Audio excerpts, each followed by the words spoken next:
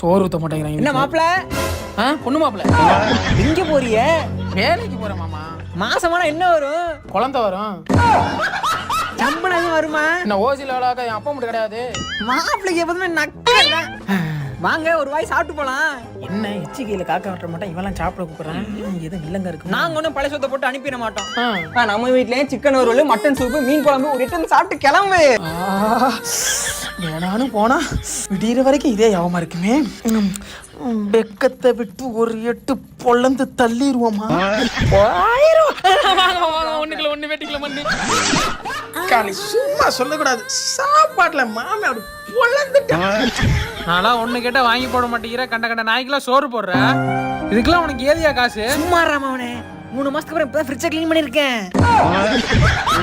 தெரிஞ்சுக்கிட்டேன் உலகம் புரிஞ்சுக்கிட்டேன் கண்மணி.